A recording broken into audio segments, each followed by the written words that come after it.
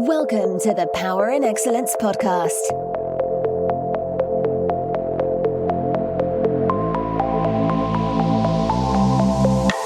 Hello and welcome. This is indeed the Power in Excellence podcast, and welcome to this episode 7 of our special series, The Unseen Advantage, in which we're exploring the secret psychology of leadership. Have you ever found yourself repeating patterns that you know just don't work for you? Well, you're not alone. And in this episode, we'll show you why and what's really driving that behavior. By the end of this conversation, you'll understand why knowing what to do is rarely the problem, and why change is often blocked by something much deeper. Today, we're going to explore how identity shapes your behavior, filters your perception, and quietly limits your ability to adapt, even when the solution is obvious. I'll be right back. The Power in Excellence podcast with Dr. John reveals the psychology behind influence, confidence, high performance, and human behaviour. Let's start with something familiar, a moment that most of us will have experienced more than once. We find ourselves in a situation where the answer is, at least intellectually, clear. We know what we could do to improve the outcome or a situation. We can articulate the change. We can even explain it to somebody else with surprising clarity. And yet, when it comes to actually doing it, we don't. And nothing shifts. Not meaningfully, not consistently at least. And this creates a quiet but persistent tension, because part of us is thinking, well, if I can see it, why am I not doing it? And that question seems simple enough. But embedded within it is a much deeper assumption, an assumption that behavior is primarily driven by knowledge. That if we understand something well enough, we'll act upon it. And if we don't act, then the problem must be lack of discipline, procrastination, lack of motivation, or even lack of clarity. All of which feel very plausible, and all of which are, in many cases, incomplete. Because there's something else operating beneath behavior, something quieter, something more stable, and significantly more influential. Identity. Up to this point in this series, we've looked at a number of external and internal dynamics. We explored power and how it operates in relationships and systems. In episode 6, we examined control, our tendency to try to shape outcomes, even when those outcomes aren't fully ours to determine. In the very first episode, we touched on the internal voice, the way we speak to ourselves, and how that shapes our decisions. This episode sits underneath all of those. Because before power is expressed, before control is applied, and before the internal voice even forms, there's a structure, a model, a set of assumptions about who we are. And that structure is what we refer to as identity. In psychology, identity is often described as self-concept, the organized set of beliefs that we hold about ourselves. But that definition, while accurate, doesn't fully capture how identity operates in practice. So let's refine that a wee bit. Identity isn't just a description of who we are. It's a functional system that shapes how we perceive, interpret, and respond to the world. More specifically, identity acts as a predictive and regulatory system that constrains our behavior. And that doesn't simply tell us who we are. It influences what feels natural, what feels comfortable and uncomfortable, and what feels possible. And because of that, it operates largely outside of conscious awareness. To understand this more clearly, it helps us to step briefly, and I promise it will be brief, into cognitive science. Modern theories of brain function, particularly predictive processing models, suggest that the brain isn't just passively receiving information from the world. It's actively generating predictions constantly. Predictions about what's happening, what will happen next, how we are likely to respond. And then it updates those predictions based on incoming information. So where does identity fit into this? Well, identity provides the framework for those predictions. It answers a very specific question. What does somebody like me do in a situation like this? And once that prediction is made, behavior tends to follow. Not always perfectly, but consistently enough to create patterns. And this is where things start to make a bit more sense, because if identity is shaping predictions about behavior, then changing behavior isn't just a practical adjustment. It's a violation of expectation. It's a form of prediction error. And prediction errors aren't neutral. They create tension and friction. Not dramatic tension, just subtle cognitive tensions, a sense that something's just off. And when that tension appears, the brain has two options. It can either update the model or reduce the error by returning to familiar behavior. And more often than we would perhaps like, it chooses to return to familiar behavior because that's easier. And this aligns with one of the most established ideas in psychology, cognitive consistency. Leon Festinger's work on cognitive dissonance demonstrated that when there is a mismatch between beliefs, identity, and behavior, it creates psychological discomfort. Now, in theory, you might think that discomfort should lead to change, but in practice, it often leads to reinterpretation. Rather than adjusting behavior, we simply adjust the meaning. We explain things differently. We interpret feedback differently. We rationalize outcomes, not because we're being irrational, but because we're maintaining consistency. And consistency for the brain is efficient. If we bring back one of the principles that we've talked about a lot during this series, the world that we experience is the world that we perceive, we can now extend it a little bit. The world that we perceive is shaped by our identity. And that means that we're not responding to reality directly, we're responding to a filtered version of it. A version that aligns with who we believe we are. A version that confirms existing assumptions and maintains internal coherence. And that filtering process happens automatically. And that's why it's so difficult to notice. Let's imagine that we get a little bit of feedback from somebody. Maybe your presentation could have been clearer. Now, objectively, that's just a piece of information. But how we respond to it will vary depending on our identity. If my identity, for example, includes something like, I'm somebody who communicates really clearly, then I might interpret that feedback as, well, they didn't understand properly, or the context wasn't right, or even, this isn't entirely accurate. But if my identity includes something like, I'm still developing in this area, my interpretation might be, wow, that's useful. What specifically wasn't clear and what can I change? Same input, different identity, different perception, different behavior, and over time, different outcomes. And this dynamic becomes particularly relevant in high performers because success reinforces identity repeatedly. I'm somebody who delivers. I'm somebody who gets results. I'm somebody who understands how this works.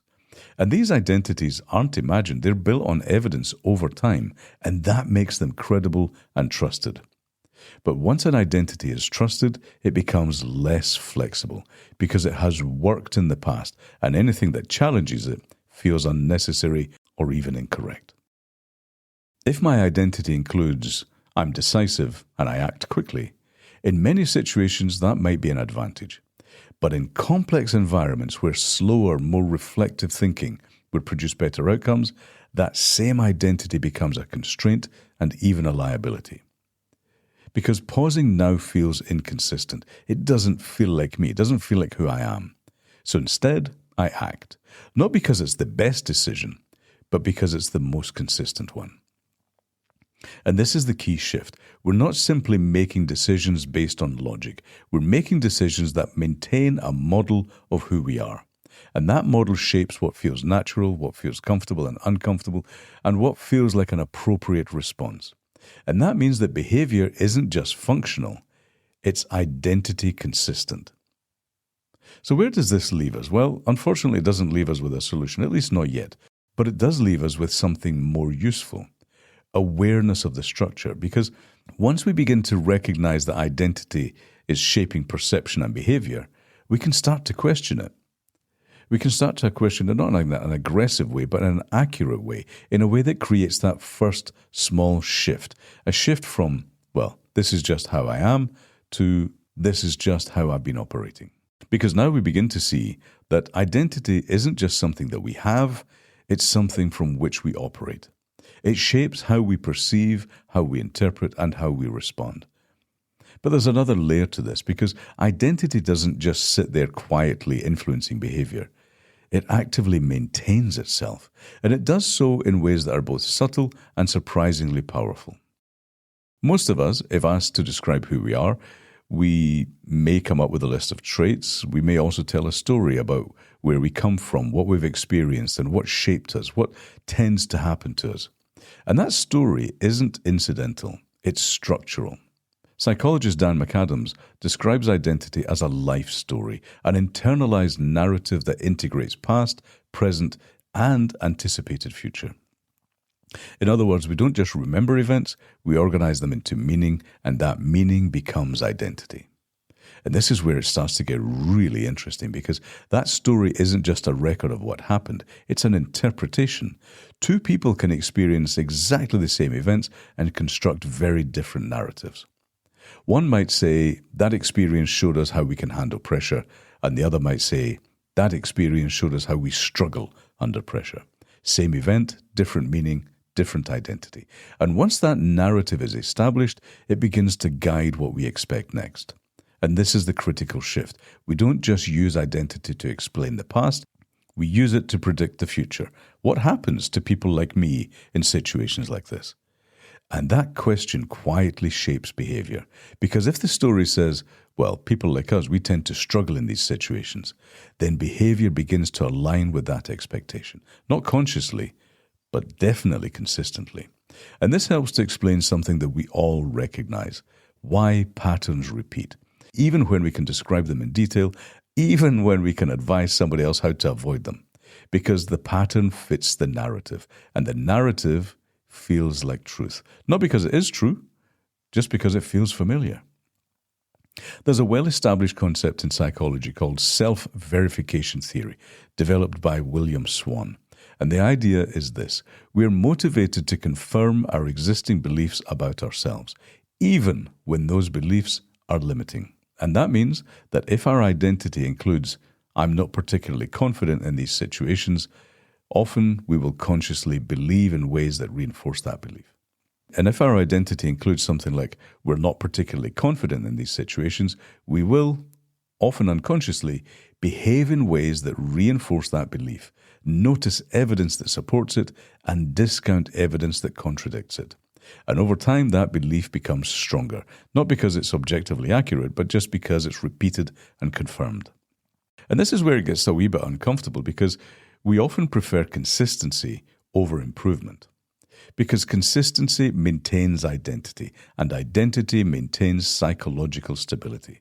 So when we encounter an opportunity to behave differently, we don't just evaluate it in terms of effectiveness, we evaluate it in terms of identity fit. Does this feel like me? If the answer is no, we start to resist. We spoke a moment ago about feedback. On the surface, feedback is simply information, but in practice it rarely feels that way, because feedback doesn't just interact with behavior, it interacts with identity. Research by Claude Steele and various others on self-affirmation and identity threat shows that when feedback challenges our sense of self, it triggers defensive processing. So instead of thinking, that's useful, let's adjust, what we actually think is, well, that's not entirely accurate. That doesn't apply to me. They don't fully understand what I'm trying to say. Not because the feedback is wrong, but because it conflicts with our own identity. We often think of openness to feedback as a trait, something we either have or don't have. Somebody is either open to feedback or they're not. But psychologically, it's way more complex than that. We're open to feedback until it challenges something central, and then something shifts. The interpretation changes, the framing adjusts, the meaning is softened, and the feedback loses its impact because maintaining identity feels more important than updating it. And when we introduce memory into this, it becomes even more complex because we tend to think of memory as a record. Not so much. It's reconstructive. And that means that we don't recall events exactly as they happened. We reconstruct them in ways that make sense of who we are now. So if our identity includes we tend to struggle in these situations, we will recall moments where that felt true. We will interpret ambiguous situations in that direction. We'll minimize or even forget contradictory evidence. And this reinforces the narrative, which reinforces identity, which shapes our behavior. We have here a closed loop of identity. Our identity shapes how we perceive information. That perception shapes our behavior. That behavior drives an outcome, and that outcome leads to further interpretation, which then becomes part of our identity. And because each stage feeds the next, it becomes self-sustaining, not because it's accurate, but because it's consistent. When we think back to our episode on power, we explored how power operates externally. But there's also an internal dimension, our own sense of power. Research shows that perceived power, i.e. how powerful we feel, significantly influences behavior. Now, if we bring identity into that, if our identity includes I'm somebody who has influence, we behave differently. If our identity includes we need to be cautious, measured, and careful, we behave differently. Same environment, same opportunity, different identity, and a different outcome. In episode 6, we talked about control. If our identity includes I'm somebody who likes to fix things, we will then default to control, even in situations where control is ineffective. Because not acting feels like a violation of identity, so we act. Not because it's optimal, but because it's consistent. You're listening to The Unseen Advantage, part of the Power in Excellence podcast series. So now it's fairly clear that we're dealing with a system that predicts how we act, filters what we notice, and maintains consistency over time. And that system is identity. And that brings us to the question that most people want to answer. If identity is stable, how does it change? How can we change it? Well, let's start with what doesn't work. Simply deciding. Not because decisions are irrelevant, but because they operate at the wrong level. A decision is conscious, and identity is structural. So when we decide to behave differently, we are effectively trying to override a system with a single instruction, and that tends not to hold. Not because we lack discipline, but because the underlying model remains unchanged. When we try to force change, something predictable happens. We create tension. Not just effort-based tension, but identity tension. And it feels like, well, this isn't me. And that feeling really matters because when behavior feels misaligned with identity, it requires more energy to sustain. And over time, that energy becomes unsustainable. So we drift back to our old ways, not because we failed, but because the system reset. Okay, great. So now we know what doesn't work.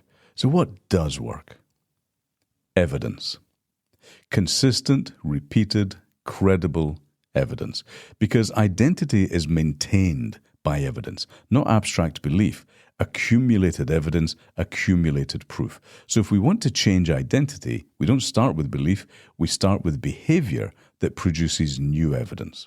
And that behavior has to be small enough to execute, consistent enough to be able to repeat without exhausting our energy sources, and meaningful enough to register. Otherwise, it doesn't update the model. So instead of thinking things like, we need to change who we are, we can move to thinking, let's test a different way of operating. And that shift really matters because what it does is something really important. It removes pressure and it turns identity change into exploration rather than obligation. And exploration is far easier to sustain. Instead of thinking, this isn't who we are, we begin to introduce, this is something that we're capable of. And that language itself really matters because capability is expandable and identity, as we've typically defined it, is not. Patricia Linville introduced the notion of self-complexity, the idea that identity can be narrow and rigid or broad and flexible. People with low self-complexity tend to define themselves in limited ways. I'm this kind of person. People with higher self-complexity have multiple self-aspects and can say things like, well, I operate in different ways depending on the context.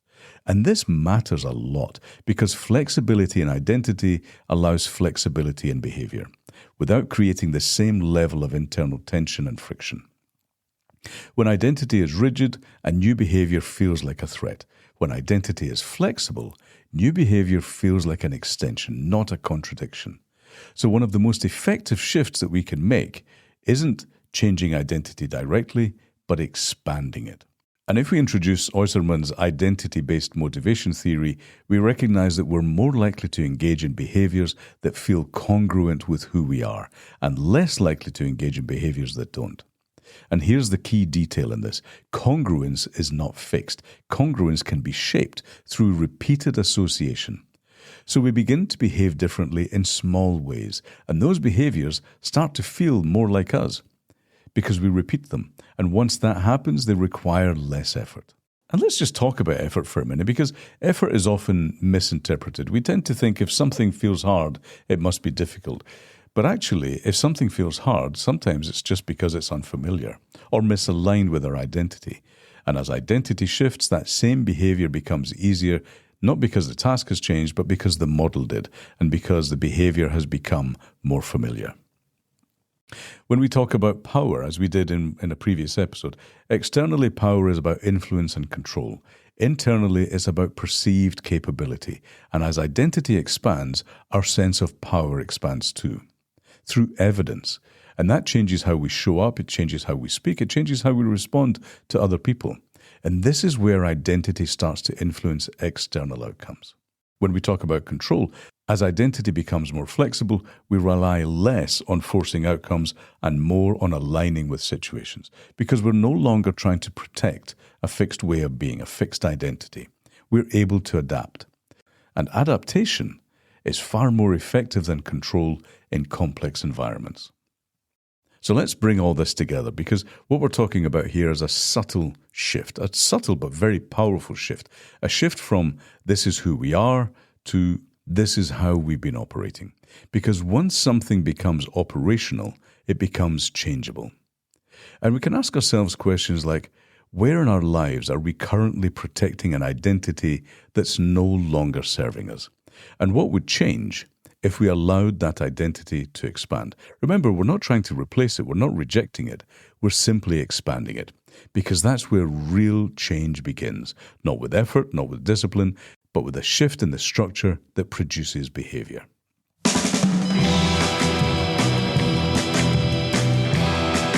Well, that's almost it for this episode of The Unseen Advantage. But before we wrap up, let's remind ourselves of our 5 key takeaways from this episode. Number 1, identity isn't a description, it's a system. A system that predicts how we behave, shapes what we notice, and quietly determines what feels natural. Number 2, we don't just act, we maintain consistency. Our brains prioritize staying aligned with who we believe we are, even when it limits better outcomes. Number 3, change feels difficult because it disrupts identity, not because we lack ability. What feels like resistance is often just the system protecting itself. Number 4, real change happens through evidence, not intention. Repeated behavior updates identity over time. Single decisions rarely do. Number 5, expanding identity is more effective than trying to replace it. The more flexible our sense of self, the more adaptable and effective our behavior becomes. So here's something that's worth sitting with for a little while. If our behavior is being shaped by identity, then the question isn't just, what should I do differently? It's, who am I currently being that makes this feel natural and comfortable? Because once we start to see that, we're no longer just reacting to patterns. We're in a position to change them. Next time on The Unseen Advantage, we'll take this a step further, because people don't resist change, they resist loss. And once we understand what we believe we're losing, we start to understand why change feels so difficult and how to make it easier. If you found this useful, please make sure you subscribe so you don't miss the next episode. And if something resonated with you, please leave a comment or share your thoughts wherever you get your podcasts. I will see you in the next episode of The Unseen Advantage or elsewhere in the Power and Excellence podcast series. Until then, look after yourselves. Bye-bye. Remember to like and subscribe to the Power in Excellence podcast.